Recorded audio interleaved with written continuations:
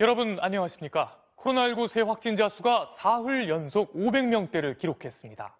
지난 3월 1차 대유행 이후 9개월 만입니다. 전국의 거리두기 단계를 2.5단계로 올릴 수 있는 조건까지 채워진 상황인데요. 2.5단계가 되면 문을 닫아야 되는 업종이 더 늘기 때문에 자영업자들의 피해가 더 커질 수 있습니다. 정부는 내일 전국의 거리두기 단계 격상 여부를 논의하기로 했습니다. 먼저 양소연 기자가 보도합니다. 서울 강서구 에어로빅 학원 관련 코로나19 확진자는 오늘까지 26명이 더 늘어 닷새 만에 155명이 됐습니다. 스마트폰 어플을 통한 서울 동호회 모임 확진자도 22명으로 늘었고 부산과 울산의 장구 강습 모임 집단 감염자도 91명까지 증가했습니다. 3차 유행의 확산이 계속되고 있는 가운데 오늘 전국의 코로나19 신규 확진자 수는 504명. 600명대에 육박했던 그제와 어제보단 조금 떨어졌지만 사흘 연속 500명대를 유지했습니다.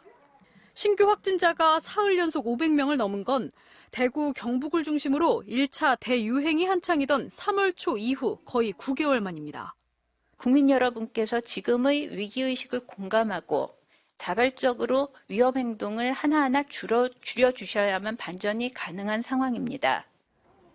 지난 일주일간 평균 국내 지역 발생 확진자 수는 400.1명으로 전국 거리두기 2.5단계 격상 기준을 충족했습니다.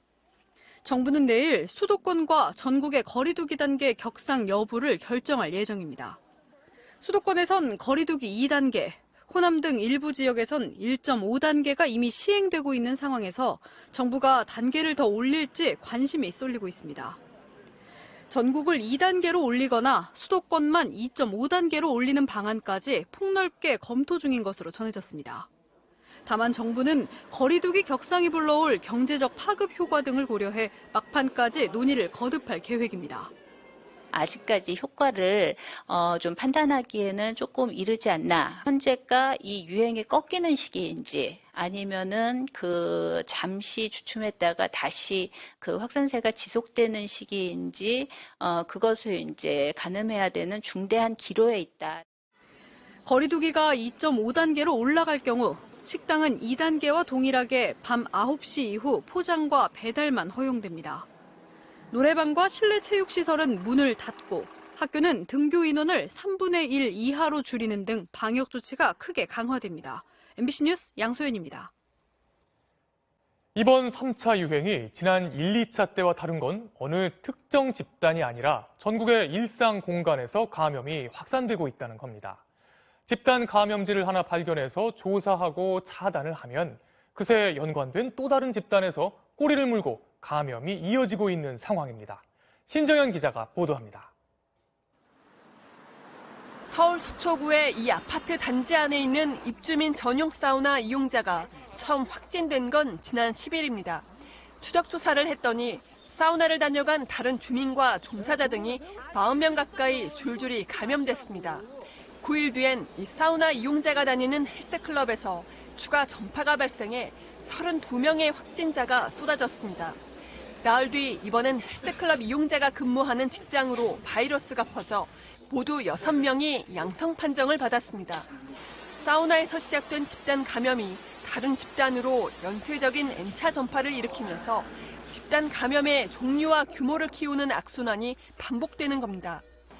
집단 감염은 지역의 경계를 쉽게 뛰어넘습니다.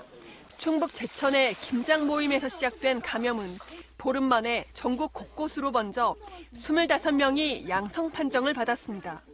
김장 모임 참석하셨던 분이 근무하시는 강원도 영월 지역에서 또 추가 전파가 일부 있었습니다. 또 인천 한 분, 그리고 또 대전 지역의 전파자, 감염자가 확인된 그런 상황입니다. 그래서 감염병에 취약한 고위험 집단을 보호하기 위해 전국 모든 요양원과 요양병원 등에서 실시 중인 선제 검사에서도 확진자가 쏟아지고 있습니다. 현재까지 서울과 경기, 충남 등 8개 시설에서 100명의 환자가 나왔습니다. 그런데 충남 공주시의 한 요양병원에서는 이 선제 검사로도 집단 감염을 막지 못했습니다. 검사 당시 음성이었던 직원이 나중에 외부 지인 모임을 통해 병원 안으로 바이러스를 옮겨 환자 13명과 간병인 3명 등 현재까지 44명이 확진됐습니다. 사회복지시설이나 의료기관의 종사자들은 퇴근 후 또는 휴일에 사적인 대면 모임 참석을 자제해 주실 것을 요청을 드리겠습니다.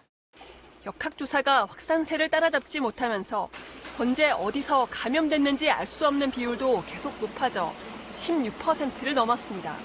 방역당국은 3차 유행의 중대 전환점이 될 오늘과 내일은 물론 연말까지 모든 모임과 약속을 취소해달라고 거듭 요청했습니다.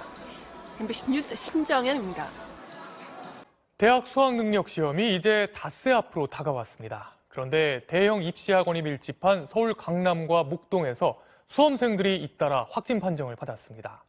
이 학생들은 가족한테서 감염된 걸로 추정되고 있는데요. 수험생을 둔 가족들이 많이 불안하실 것 같습니다. 박종욱 기자가 보도합니다. 서울 대치동의 한 대형 입시학원. 이곳에서 이틀 전까지 대면 수업을 받았던 한 수능 수험생이 어제 확진 판정을 받았습니다. 가족 중 한 명이 전날 먼저 확진됐고 밀접 접촉자로 분류돼 검사를 받은 결과 양성으로 나온 겁니다. 이 학생과 함께 수업을 들었거나 같은 시설을 이용한 수험생 100여 명이 오늘 인근 보건소에서 검사를 받았습니다. 학부모님들 학생들이 당황스럽죠. 여학생이 마스크도 계속 충실하게 썼고 사실 밀접 접촉자라고 할 만한 사람이 거의 없는데 지금 수능이 앞다가 오니까 선제적으로 다 받게 하자. 서울 강서구 에어로빅 학원 집단 감염 여파는 인근의 목동 입시학원가에도 불어닥쳤습니다. 에어로빅 학원 관련 확진자의 고3 수험생 자녀가 확진 판정을 받으면서 논술학원 등 두 곳에서 이 수험생과 접촉한 학생 50여 명이 선별검사를 받아야 했습니다. 수능을 코앞에 두고 그것도 가족으로부터 감염이 잇따르자 수험생들은 불안감을 감추지 못했습니다. 그 전까지는 그냥 평범한 일상이었는데 근데 좀 주변부터 다시 생기기 시작하니까 점점 막 불안해지고 남은 기간 여기 주변에서 더 확진자 안 나와가지고 그냥 수능 좀 편안한 마음으로 있으면 좋아요. 교육부와 방역당국은 전국 입시학원에 대한 특별 점검을 강화하는 한편 수험생들에게 다른 사람과의 접촉을 최소화해 주길 당부했습니다. 수험생은 수능 전날까지 다중이용시설, 학원 교습소 등의 이용은 자제하시고 원격 수업을 활용하면서 수능 시험을 준비하는 것이 감염 기회를 최소화시키는 방법입니다.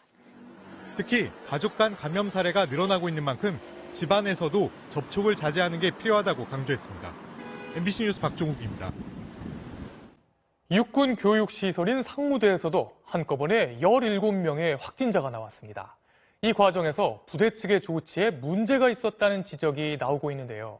의심 증상이 있는 장교를 닷새 동안이나 격리하지 않고 단체 생활을 하게 했던 것으로 드러났습니다. 우정훈 기자가 보도합니다. 전남 장성에 있는 육군교육시설 상무대에서 코로나19 확진자가 17명 나왔습니다. 상무대 포병학교 교육을 위해 입소한 20대 남성 장교가 확진자가 된 후 장병 296명에 대한 진단검사 결과 16명이 추가로 확진 판정을 받았습니다. 부대 주변 마트 등에서 접촉한 주민 20여 명은 검사 결과 모두 음성이 나왔습니다. 이번 상무대 감염의 첫 전파자로 알려진 이 장교는 지난 19일 외출 외박이 금지되기 이전에 서울에 다녀온 것으로 조사됐습니다. 장성 6번 확진자는 상무대 교육생으로 11월 12일부터 15일까지 외박을 나가 서울 지역을 방문하고 증상이 있었지만 즉각 격리 조치하지 않은 점이 이번 병역 내 집단 감염의 원인으로 지목됩니다. 이 장교가 처음 감기 증세를 보인 건 지난 21일. 이틀 뒤에는 후각이 마비되는 등 구체적인 코로나19 증상이 더해졌지만 특별한 조치는 없었습니다. 결국 처음 증상을 호소하고 확진 판정을 받기까지 닷새 동안 동료들과 단체 생활을 했습니다. 낮 시간에는 장병들의 마스크 착용이 철저하게 지켜졌다곤 하지만 확산을 막지 못했습니다. 군대 교육 특성상 이제 내부에서 병영 생활을 하기 때문에 이제 그런 부분을 이제 확인이 안 될 수 있는 부분도 있거든요. 첫 확진자와 밀접 접촉했던 장병들은 사태가 커진 후에야 뒤늦게 군숙소에 자가격리됐습니다. 공동 대응에 나선 전라남도와 국방부는 추가 확진자들의 접촉자인 다른 장병과 주민 등 530여 명을 추가 검사했습니다. MBC 뉴스 우종훈입니다. 오늘은 수도권의 거리 두기가 2단계로 올라간 뒤 맞은 첫 주말이었습니다. 방역당국은 이번 주말이 확산을 막기 위한 결정적인 고비가 될 것으로 보고 있는데요. 오늘 시민들의 모습은 어땠을까요? 김민찬 기자가 도심 곳곳을 둘러봤습니다. 오늘 낮 김포공항 국내선 탑승장. 마스크를 쓰고 여행 가방을 든 승객들이 하나 둘씩 안으로 들어갑니다. 자영업을 하다 보니까 손님도 꺼려하시고 안 오시고 막 이래서 이제 시간 내서 애들이랑 한번 다녀야겠다 해서. 짐을 붙이는 수속 창구도 한산했습니다. 줄이 줄었어요. 주말인데 저번 주에 비해 많이 줄었어요.